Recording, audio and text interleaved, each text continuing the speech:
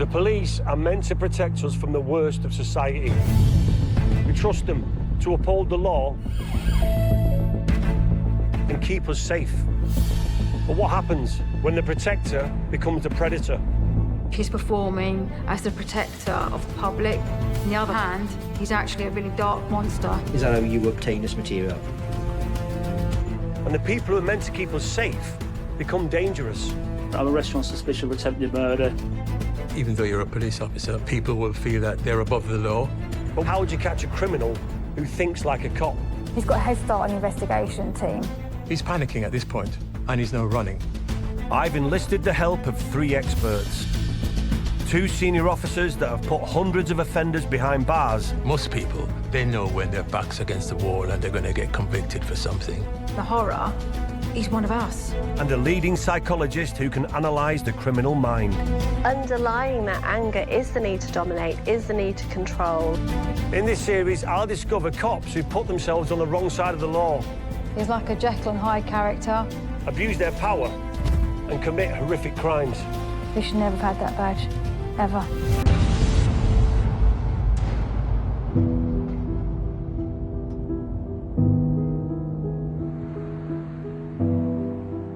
Coming forward and reporting abuse, including rape and threats of murder, must be incredibly difficult.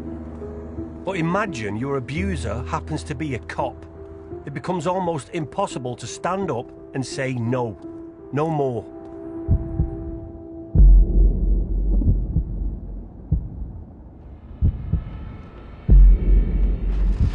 In Hackbridge, southwest London, a woman is seen running down the street, screaming, clearly terrified. She's begging passers-by for help. He's behind us. Help! I've been attacked. He's kidnapped me. I need the police. 999, what's your emergency? I think he's going to kill me. Who was this woman? Who was she running from? And why was she so afraid? Detective Chief Inspector Howard Groves has spent over 30 years fighting crime and has led high-profile criminal investigations. In that time, he's seen it all.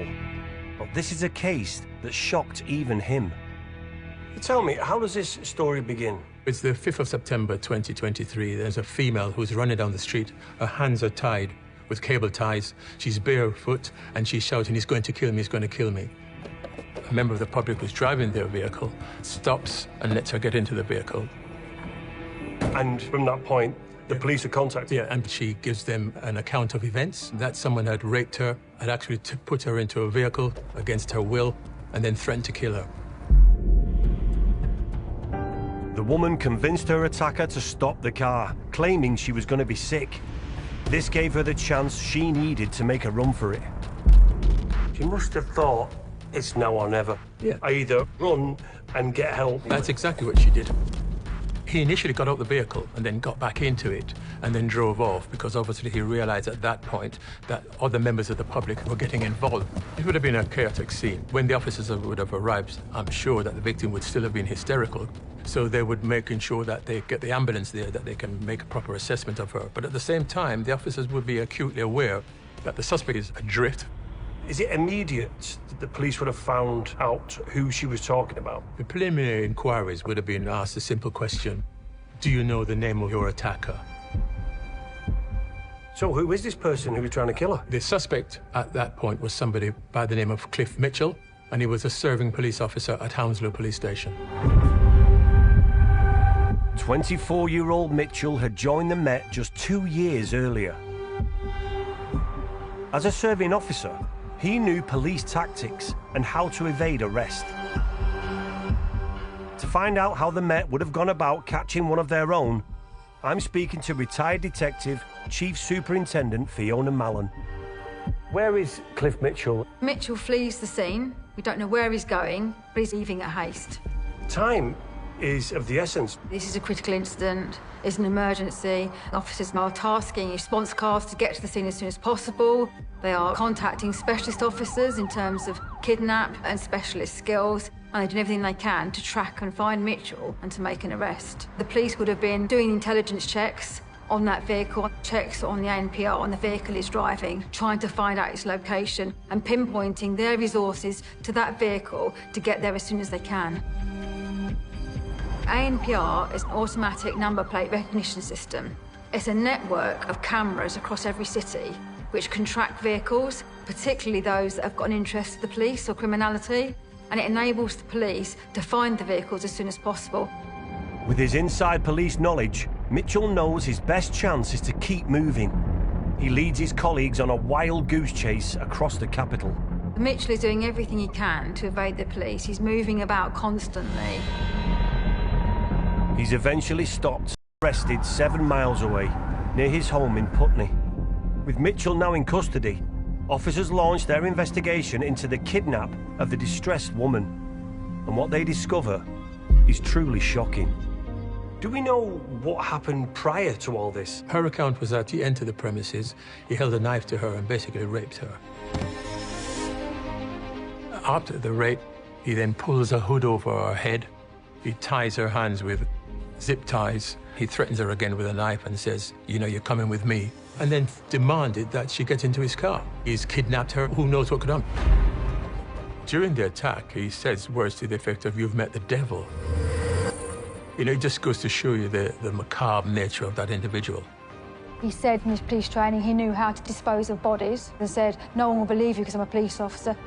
At this point, I think she thought she was going to die.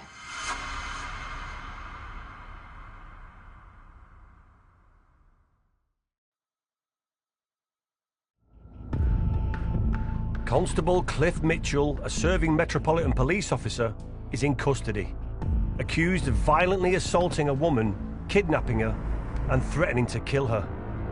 But how could anyone, let alone a cop, become so dangerous?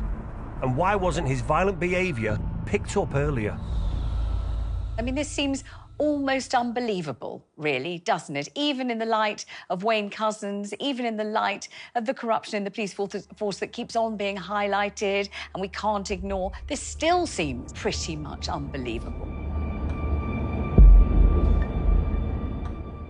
So I'm just on my way to South London to meet someone. She's a reporter, and she knows his case inside out, and I'm just hoping she'll be able to fill in the blanks. Imogen Howells reports on crime and policing across South London. The Mitchell case stood out because he began his training with the Met a matter of months after another serving police officer, Wayne Couzens, had kidnapped, raped and murdered Sarah Everard. What sort of a cop was Cliff Mitchell? Mitchell was a Metropolitan Police officer. He was based here in Hounslow, and he was working as a response officer. So that meant that his day-to-day involved responding to reports of crimes. That would have included responses to reports of rape, reports of domestic abuse, reports of sexual assault. So he was dealing with victims. It's scary to think that as a cop, Mitchell would have been responding to the same crimes he's now being accused of. So as a neighbourhood officer, he'd have met the young, the old, but as he moved on to response teams, he'd have met people in crisis, those who've called 999. He'd have needed to be calm, give them a sense of confidence, that they could actually tell them what had happened, calm people down, get them the right help they need. Sometimes it's saving life. Really a clear thinker, decisive, and a sense of confidence. He's supposed to be a pillar of the community, a reassuring presence to those in need. But with Mitchell now in custody, the police investigation reveals a much darker side to his character. When they arrived at his address, they would have done a search. And the search was significant in the sense that they found a plastic bag that had cable ties that matched exactly the one that we used to tie her hands together. So that would have been crucial evidence. When he committed the attack on her, he basically said, I'm a police officer, so I know how to dispose of bodies. So if you add those things together, you could easily well see where he may have at least been thinking about killing her and then disposing of her remains. He's basically intimidating her and saying, no matter what you do, you won't believe in the first instance because I'm a police officer. At the same time, specialist officers interview the victim and start to gather evidence. What sort of injuries did she have? The initial assessment showed that she had abrasions to her knee, on her elbow, And she also looked like as if she had had injuries to her face. To all intents and purposes, it appeared as if she had a violent attack. If an allegation of rape or sexual assault is made, they were going to want to have an opportunity where that individual can be photographed based on their injuries. Once they get a statement from her, then they would have SOIT officers who would then come in and they would then go through that whole process. SOIT officers are officers who are trained to deal with people who are making allegations of sexual assault. So those officers would then be deputed to deal with her over the coming days and weeks to get a full account of what happened. The woman's account of her ordeal in the hours before she escaped is tough to hear. What happened before Mitchell got to this road? He raped her at knife point. It's here when he says to her, you know, if you tell anyone about this, no one will believe you because I'm a police officer. He's come to the house prepared, so he's already used his knife, but he's also got duct tape and cable ties. So he puts duct tape over her mouth and ties her hand with the cable ties. She must have been thinking, he's going to kill me. Things then escalate, and she probably was thinking that even more so because he forces her into his car. He takes her phone away so she can't call anyone, and then drives off with her. It's shocking to hear what Mitchell did, but it must have been even worse for the officers that had served alongside him.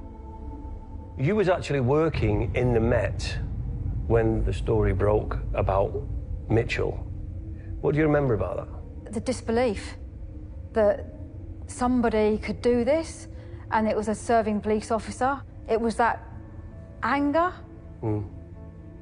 When you know that day in, day out, people are doing everything they can in the police to protect the public, and you've got this person doing something so evil and so wrong. It was just disbelief and shock. And I've sat as a sexual offences investigator during my career with victims of sexual assault, and how inspiring and humbling they are when they come forward and they say their most horrendous things that have happened to them, and then we get them to court, and then you've got somebody like this who's betrayed our trust and all the hard work we've done to encourage victims to come forward.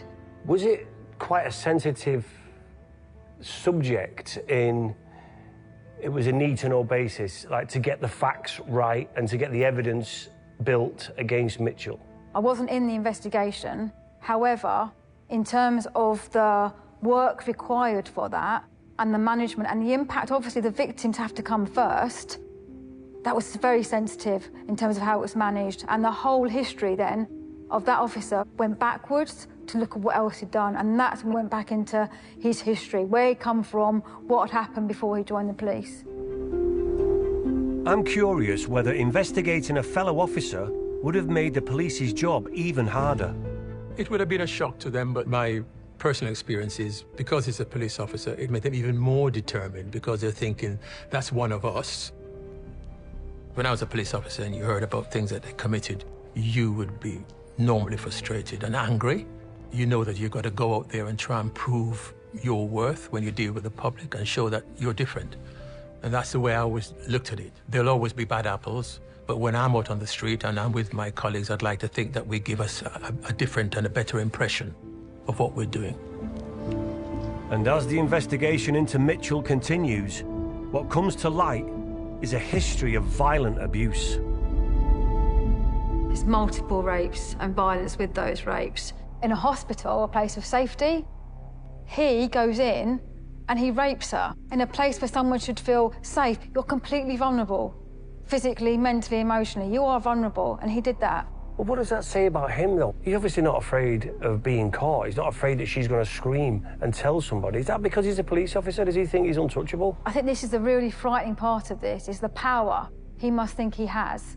And that he can go into that environment, which would be busy, and lots going on, and he thinks he's untouchable. He can get away with this. She's never said anything before. He's a police officer, and she won't be believed. The more I learn about what Mitchell was capable of the years of abuse, it must have been terrifying. I mean, he's a serving Met police officer. He's supposed to protect us, and yet he's doing the exact opposite. But what I don't get is how someone supposedly so respectable, who appears honest and good, can also be capable of such evil. To try and help me understand, I'm speaking to psychologist Serena Simmons.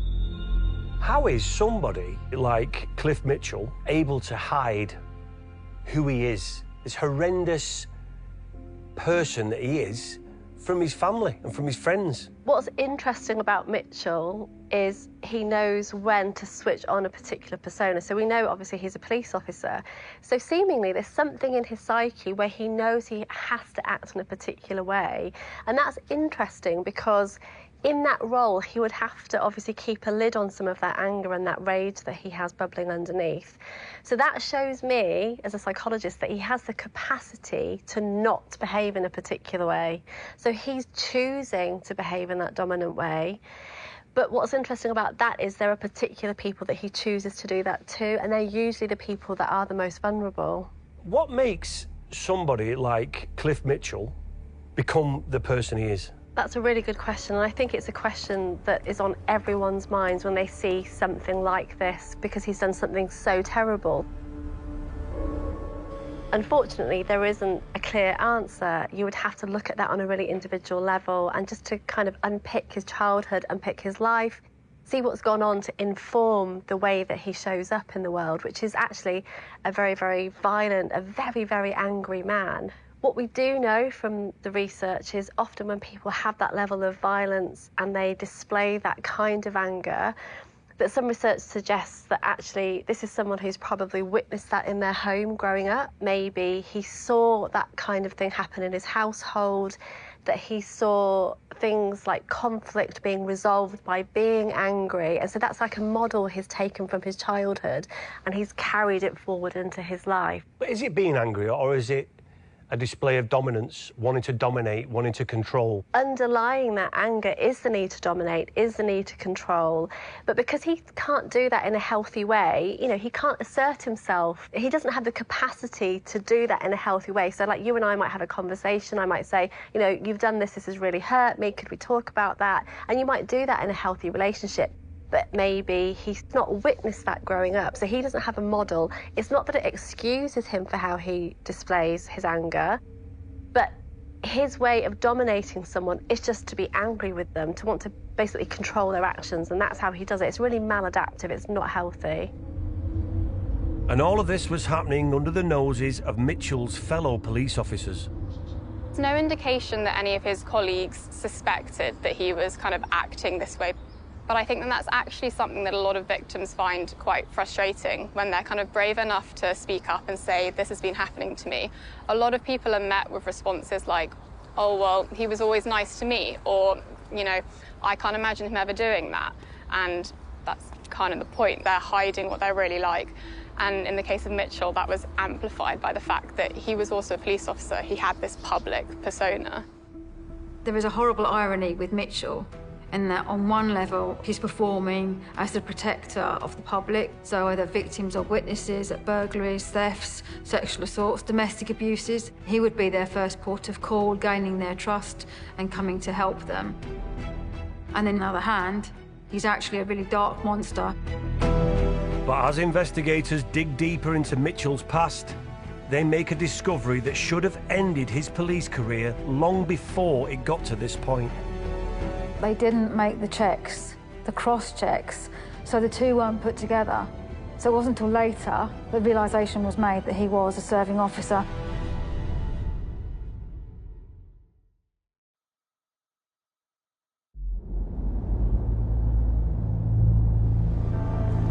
Cliff Mitchell, a serving Met police officer, has been violently abusing a young woman.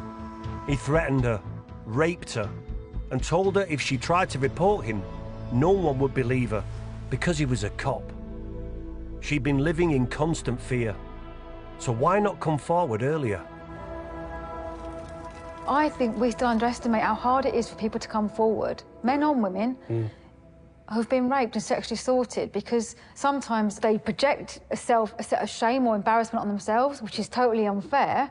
But I think we underestimate how hard it is for people to come forward and talk about a sexual offence against themselves. You know, sometimes I have to remind myself that this was all done by a serving police officer.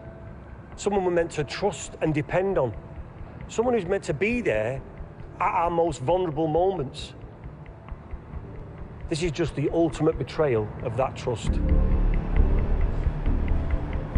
In September 2023, with Mitchell in custody, his former Met colleagues turn their attention to his past. And it's not long before investigators make a disturbing discovery.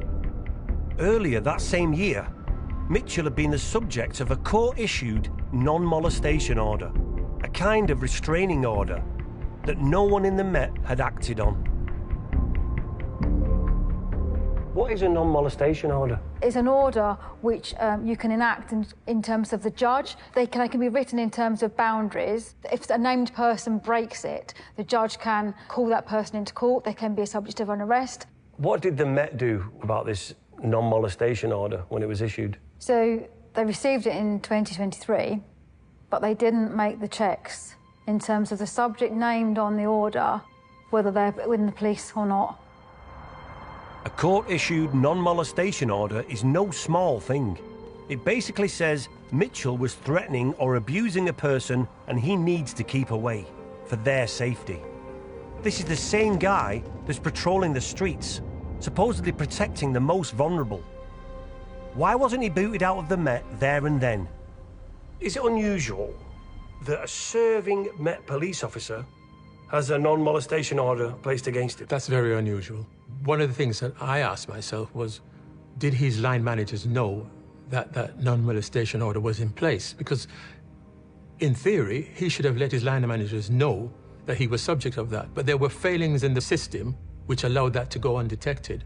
If you get a non-molestation order, normally it goes to a particular group of officers who would look at the details on it.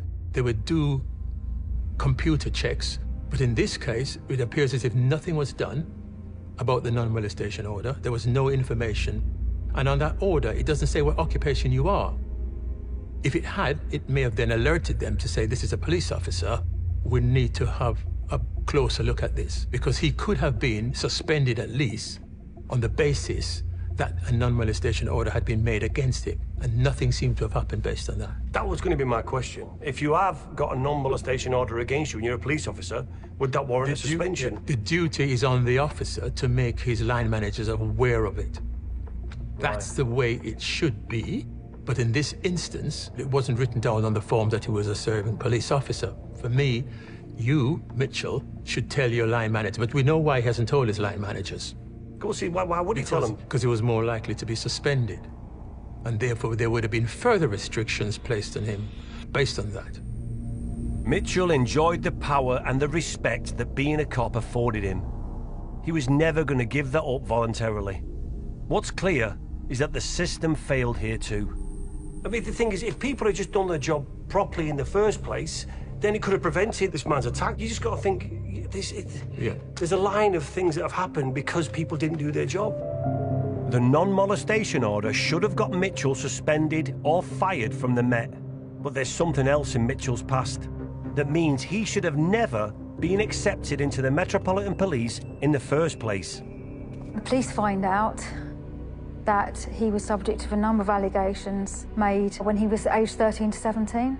And the victim was between 10 and 13 years old and has been raped multiple times, up to 33 times, by Mitchell. 33 times? Oh my God. Wait, so before he was even a police officer, all that time ago, he'd raped somebody 33 times? And what was that, a cold case? It just got shelved? What we know is that the victim told a friend. A friend came forward. The victim was interviewed and went through a medical examination. When Mitchell was confronted in interview, he denied everything. For whatever reason, the case wasn't proceeded with at that time, and no further action was taken. He shouldn't even be on the streets. I mean, he's a sexual predator and has been all his life by the sounds of it. And that poor young girl. It's unbelievable that an allegation as serious as that was just dropped. What happened to the investigation? that should have prevented Mitchell from being on the streets in the first place? From an investigative point of view, it's always a difficult crime to prove that someone's actually committed that type of offense. It would be her word against his because didn't appear to be any other witnesses that could corroborate the allegations that she had made.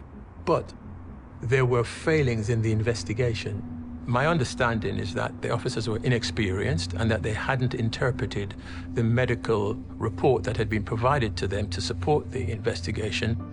You're talking about rape and other serious sexual offenses. You're not going to have officers, or you shouldn't have officers who are inexperienced investigating those cases. The decision was taken for no further action. I found that incredible. It's not the police's decision for a crime of that stature to make that decision. The CPS should have done that. There was no input from the Crown Prosecution Service, which I find quite surprising, because for such a serious offense as rape or sexual assault, you would normally expect that that investigation would have had some input from the CPS to decide whether or not there was sufficient evidence to charge or not.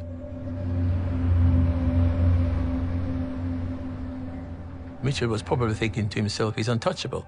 You know, he's committed these crimes, it's investigated, and nothing happens. So the Met dropped the investigation into Mitchell. What kind of a message does that send? The victim must have been devastated. But what makes me really angry is how, just a few years later, is Mitchell able to join the Met? How is that even possible?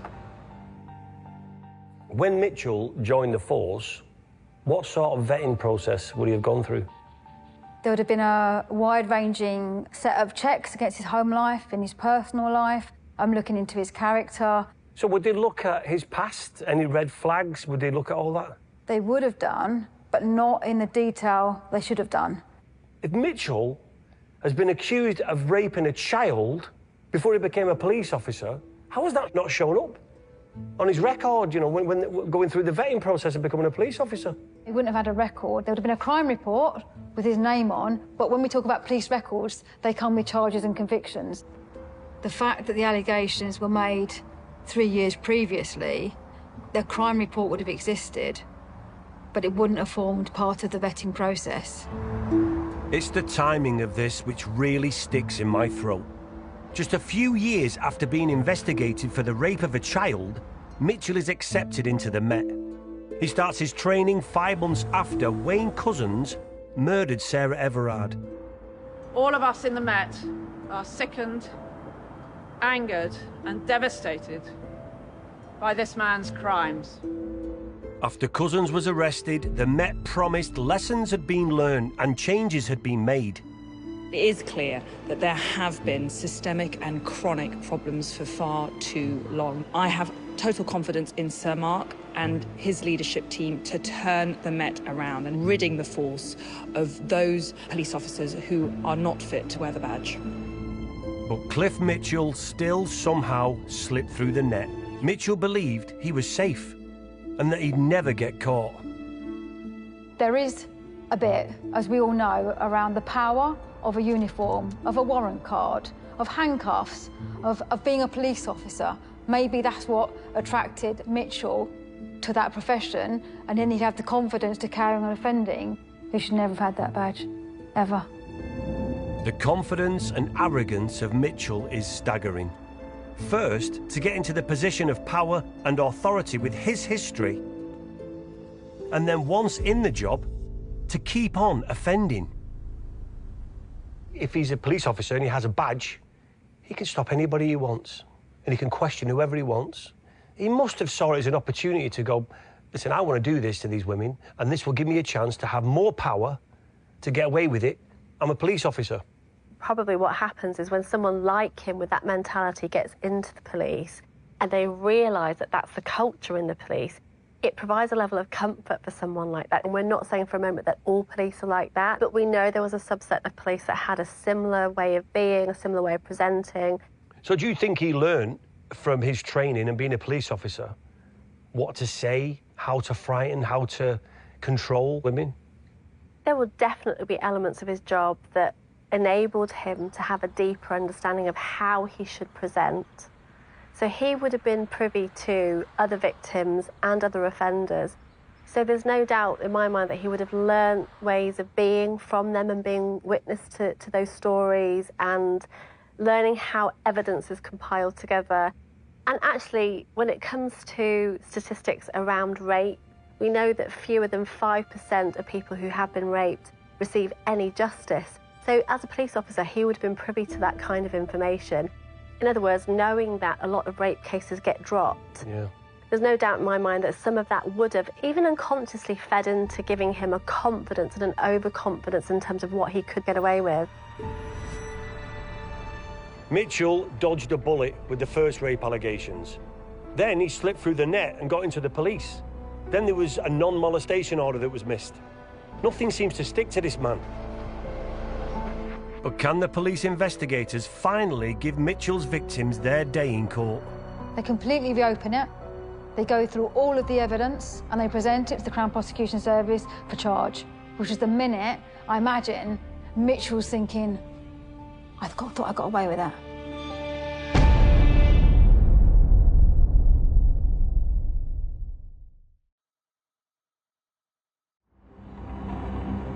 In February 2024, now former Metropolitan Police Officer Cliff Mitchell appeared at Croydon Crown Court.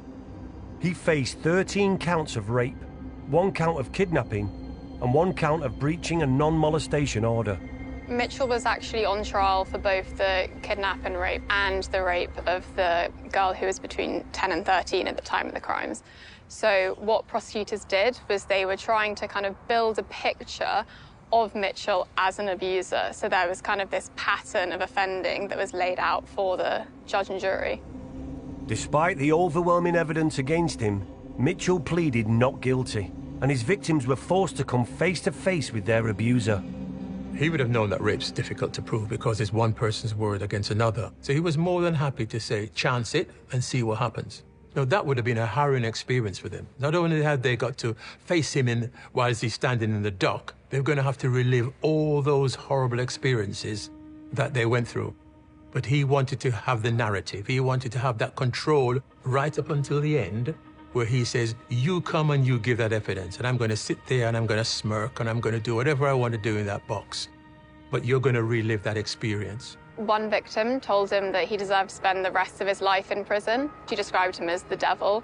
And another victim called him a pathetic excuse for a man. And so they got their moment to kind of respond to him. He showed no remorse. There was no awareness of the devastation that he had caused. When it came to sentencing, what did Mitchell actually get? So Mitchell was found guilty on all counts, and he was sentenced to life imprisonment with a minimum term of just under 14 years. But Mitchell actually appealed that sentence. So he appealed it, supposedly on the grounds of previous good character. But that judge actually rejected that appeal and increased his sentence to just under 18 years. After seeing their abuser walking the streets for years, not only as a free man, but as a police officer, seeing him convicted must have been a massive relief for his victims. In terms of the victim that was told back in 2017, no further action was going to be taken. I can't speak for her, and I don't think that sentencing can ever match or take away what's happened, but it does give some relief to the victims that they have been listened to and believed, and the perpetrator's been sentenced. In the early part of my career, I was a sexual offences trained officer, and I met many, many men and women who were very inspiring and humbling in terms of how they were determined to get their voice heard. What advice would you give to anybody who was contemplating coming forward? Being unknown is what scares people from coming forward. Will I be heard? Will I be listened to? It's a great question, because there's also the fear of the perpetrator's more powerful. They have more money, they have more influence. Or he's a police officer. Or he's a police officer. So you must come forward, your voice will be heard. The police will support you in your allegations, what you have to say, and do everything we can to get the perpetrators to court. With Mitchell safely behind bars, there are serious questions as to how this monster could have ever been allowed to join the Met in the first place. They were already aware that there had been an allegation of rape and sexual assault against him There was an opportunity at that point to weed him out, to say, thank you, Mr. Mitchell, but we don't think you're suitable to be a police officer. They didn't take that opportunity. 100%. Any doubt, don't give them the badge. Don't give them that power. The police have to have I will use the word balls at times, to say, look, we're not going to have you working for us as a police officer because we're not happy with X and Y. It's no point skirting around it sometimes and thinking, well, we need to be careful as to the reasons every time as to why. If you've got some suspicions, that should be enough. Most police officers join with the intention of being professional, serving the public. Protecting people. Protecting people. 99.9%, that's what happens. But you will have a few officers who join with that intention to start with, but the moment that they get that warrant card, that badge, it changes their attitude. They see that as something that gives them more power. And this is the same year as Wayne Couzens rapes and kills Sarah Everard. And what did they learn? There was red flags all over this guy, and he got through the net. It's just the same question that runs through my head is, did he become a police officer to try to use his power and his position to abuse her on anybody else that he felt like doing so, and knowing he'd probably get away with it? You'd like to think that the Met has learned from its mistakes over the years. And I know they'll say now that they've got much more robust systems in place for vetting, and they've got more staff, and they're trained. That's no consolation for those victims that have suffered at the hands of somebody making the wrong decision. If you've got a doubt, leave them out. But Mitchell was allowed to join the Met and served just over 2 years before being found out. In that time, he used his power to intimidate and abuse his victims. They suffered appallingly. But he also abused the trust that we, the public, put in the police to keep us safe when we're at our most vulnerable. Every time someone like Mitchell comes out, that just gets eroded. Yeah, and then what happens is the public see this and they think, well, what do the police do? Who can we trust? Who can we speak to? What is the police now? And then people's views of us change immensely. How do the police force build the trust between the public and the police? There's a whole raft of measures that are being taken. Retrospectively, the Met in particular are going back on previous people that are flagged up, and they are expediting people, thousands of people out of the force quickly through accelerated misconduct processes. There's a new approach being taken, so rather than wait for criminal trials, they are actually getting rid of people straight away so they can't be on duty. So the officers are taken off duty immediately. What they are dealing with is a whole cultural change, a need for cultural reform and change. They have those offenders like Mitchell, but they've also got those that are complicit when they don't do anything about it, or they join WhatsApp groups, or they have nicknames and they let the offending happen. What would you say to somebody who did say that then and say, well, look, if he's amongst you, how many more are they? The size of the Met in itself, they have 30,000 plus. 30,000 plus. Some forces in the UK are only 1,000. Right. So if you put it in perspective, there's a lot more people, obviously, which we could find badly behaving, horrendously behaving within the Met. Although that won't be much comfort to the survivors of Mitchell's abuse, who went through hell to bring him to justice and who were brave enough to address him directly at his trial. You have shown no remorse for what you did to us. You are a pathetic excuse for a man. You deserve to spend the rest of your life in a cell because you are a serious danger to every woman walking the streets. You think he would have ever stopped if he hadn't been caught? Absolutely not. There's no way he would have stopped. It's so deeply ingrained in their personality. It's who they are. He was dominant, he was controlling, he was manipulative, he was a rapist. And I'm very surprised that these are the only victims that we're aware of. I think that potentially, in my opinion, there may be other people that are staying silent. And I do think he would have continued to do this until he was apprehended. There's no doubt in my mind Mitchell was especially dangerous because he was a cop. He thought his badge gave him a license to carry on doing what he was doing. He thought he was untouchable. They're there to protect and serve and keep us safe, and yet they're the people that are now seemingly the perpetrators. I think the police need to do everything they can to hold people to account if they do something like this. It should be public. It's not something that should be done behind closed doors, because the public need to see that they've been dealt with in a just manner. Yeah. I think the other obvious thing that is on everyone's minds is, what are you going to do about recruitment? Something clearly needs to change, because so many police officers who are corrupt, who are bad, they're not all bad, but some are getting through. To the best of our ability, it will never be perfect, but what can we do to stop, like you said, the likes of the Mitchells getting in? It's only worth catching someone like Mitchell if we learn from the mistakes that's been made. That's the only benefit that comes from this, you know. And if there's anything that can come out of it that's positive, is you learn from it and you make sure it can't happen again. We can't be tarring everyone with the same brush. I mean, it goes without saying.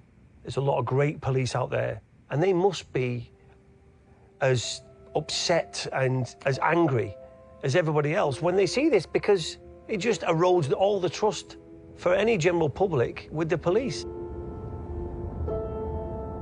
Well, could it happen again? Most certainly it will happen again. I think irrespective of the improvements in the vetting service, I believe that there will always be the opportunity where somebody who shouldn't be in the job will actually be allowed to be a police officer. Because a lot of times individuals are able to mask their true identity. It took years for Mitchell to be exposed as the monster that he is. That in itself is unbelievable. He should have been tried for his earlier crimes. He shouldn't have been a police officer in the first place. I'm sure lessons have been learned, but that's not much of a comfort for them victims who showed so much strength to come forward in the first place.